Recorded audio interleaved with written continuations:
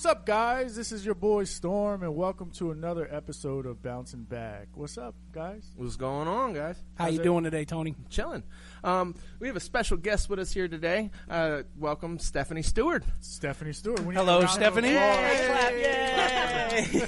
Hi there, guys. Hi. Thanks for having me. Could you tell us a little bit about who you are? What are you here for today? So I am the program coordinator of the Northampton County Problem-Solving Courts, and that is how you know me. So I am the coordinator for the Recovery Court, formerly Drug Court, and the Mental Health Court.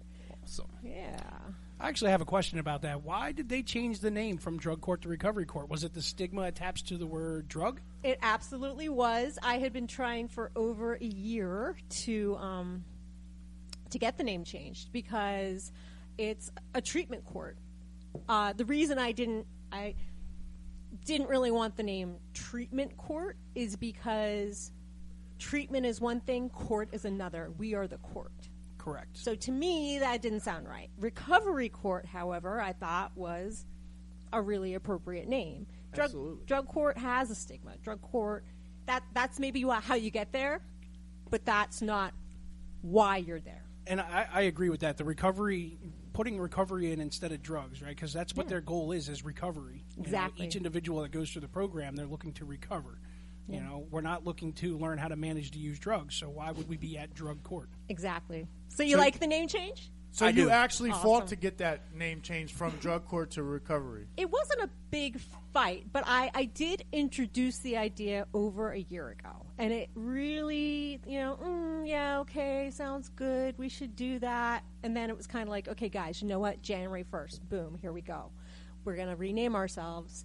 And that's that. So, all of the documents, all of the, the applications, all the paperwork, change it all to Recovery Court. We sit around in our meetings. We're still calling it Drug Court. I think maybe next meeting I'll bring the little buzzer from that game Taboo and just buzz everybody every time they say Drug Court to try to break them up. It's something to get used to. It is. We're 5 years in, almost 5 years in. So to kind of change our names after 5 years, our name. Everybody knows it by something else. So right.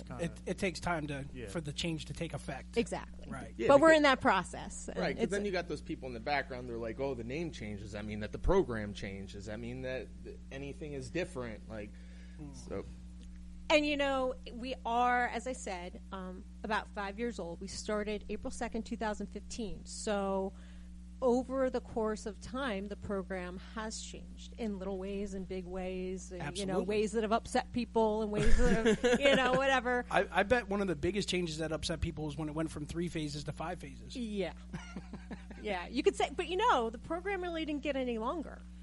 Right. I mean, and the other thing about it, though, is that it is individual, and I think that is the hardest thing for people to understand and accept. Not only participants, but also team members, the community. Like, well, how come it's this for this person and that for that person? Because it truly is supposed to be individualized justice and individualized responses to different people's needs. Right.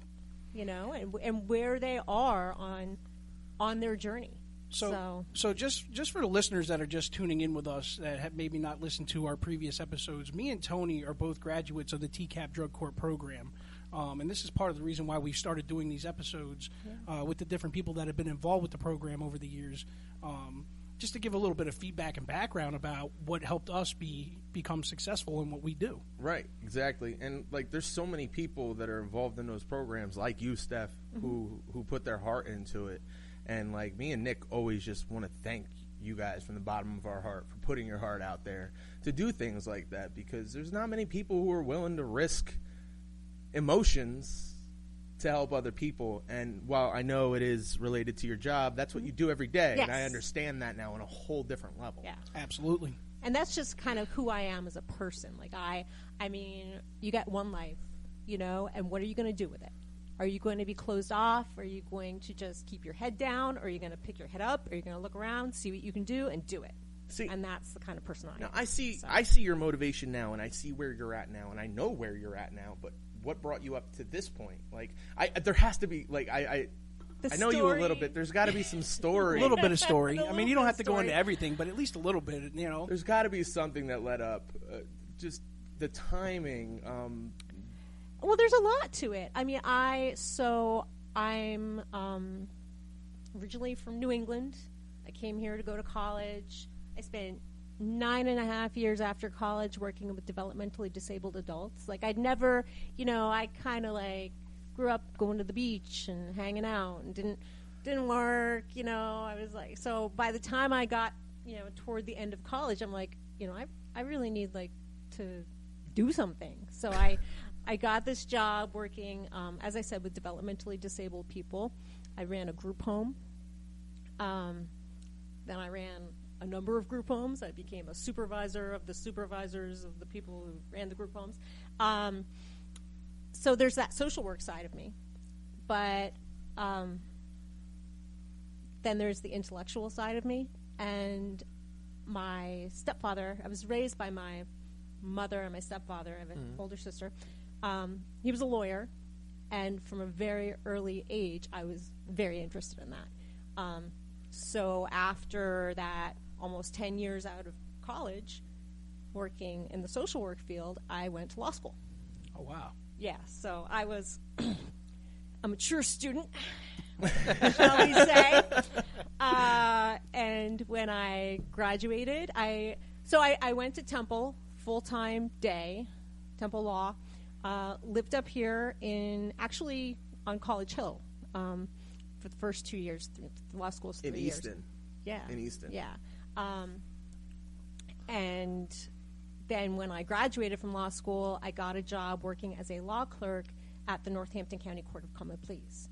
Initially with Judge William F. Moran, who retired after 2 years and recently passed away. He was wonderful. He gave me my start in the legal community. He was a great mentor, great person. I really owe quite a bit to him. And then as Judge Moran was retiring, Judge Daly was running for a seat. Gotcha. And he reached out to me and said, I've heard a lot of good things about you. If I win this election, will you be my law clerk? And so in 2010, he took the bench, and I was his law clerk from 2010 to 2018. And during that time, we started the problem-solving courts. That's awesome. It really is. Now, I'm actually interested. You had mentioned before that there's two sides to that, the problem-solving court. There's the drug treatment and mental health treatment. Yes. I really have only seen the one side. Are there differences? There are significant differences. First of all, how the courts are set up, how you get into the courts. The mental health court is a much shorter program. It's designed for people who have new charges, whereas so you can get into mental health court on either a violation or new charges. But if it's a new charge, you have to have the consent of the district attorney's office. They're kind of the first gateway. And then once you get approved by the DA's office, you're considered by the team. The program's only about, I want to say like 9 months. And generally the charges and the criminal histories of the individuals who are in that program are not as extensive as they would be on the recovery court side. Gotcha. Why didn't we do that? 9 months? We have Hold on a things second. to work on. Didn't we? We had some things to work on. It took a little time. It's good to have time. Whereas on the recovery court side, the problem-solving court model works best and is designed for people who are, and I hate to label people, but high risk and high need. So that's in terms of your risk for recidivism and your needs in terms of habilitation and rehabilitation. So that's really who it's designed for. So people like me who have been in and out of the system since like late 2010, and I've been on supervision pretty much since then, with minor gaps in between supervision, constantly in and out of the jail system. Right. Okay. That's really who it's meant for. And so the programs are very, very different. the mental health court only meets every other week. Recovery court, meets every week, and there are 5 phases, and it's designed to be 18 to 24 months, but it is designed for the individual. So we have people who have been in that program for way more than 24 months. Yes. Yes. Some people are sicker than others. So, it's a process, right? Recovery is a process. It is. And so what the programs really are, from my perspective, it's an opportunity for the individual. Absolutely. And I hear a lot of that because I still kind of work around individuals that are still participants. Yeah. And I hear a lot of like feedback sometimes, like why did this person get this and this person get that? And if from being on the outside now and being able to look at each individual situation, like I can see where like a person that's like really messing up on phase 1, it's almost expected that early on in the program because they're still in that learning process. Right. So obviously like the punishments that would be put in place would be a little bit lesser than somebody that's further along in the program that's on like phase 4 or 5 and getting ready to graduate and is like still continuing to be a knucklehead. Like obviously they need a little bit more push. Right. But I still see that same feedback. They want to know why like it's not the same across the board. Like a missed urine is a missed urine no matter what phase you're on. Exactly. And obviously if you've been doing good and have been, let's say giving clean urines for 2 years straight and then all of a sudden you miss one because of whatever everyday life, obviously it's not going to be as big a deal as if you're missing them constantly. Yeah.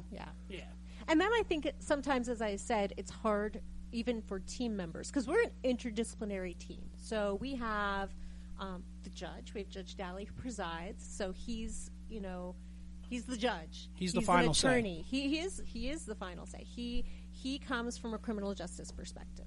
Then we have people who come from a treatment perspective. We have I won't name names because I don't want to call people out, but Correct. we have people from outpatient programs who sit on our team. We have people from inpatient programs who sit on our team. We have people from Northampton County Drug and Alcohol. We have people from Northampton County Probation. So we have CRSs. We have certified recovery specialists. Yes. Yes, that's right, Nick. We'll talk about that. We'll get there. We'll get there. So we really are interdisciplinary, and we come from very different perspectives, which makes it sometimes hard to come to a consensus. But ultimately, we don't have to come to a consensus. Ultimately, we discuss, situations. We give our perspectives, and the judge makes a decision. Have you ever encountered a situation where you feel like somebody on the treatment team is like being biased, and how is something like that handled? Biased in terms of, I think that, or like targeting somebody. If something like that was happening, like if somebody on the treatment team was just like had it out for somebody, if that came up, how's that handled? I don't know if anybody really.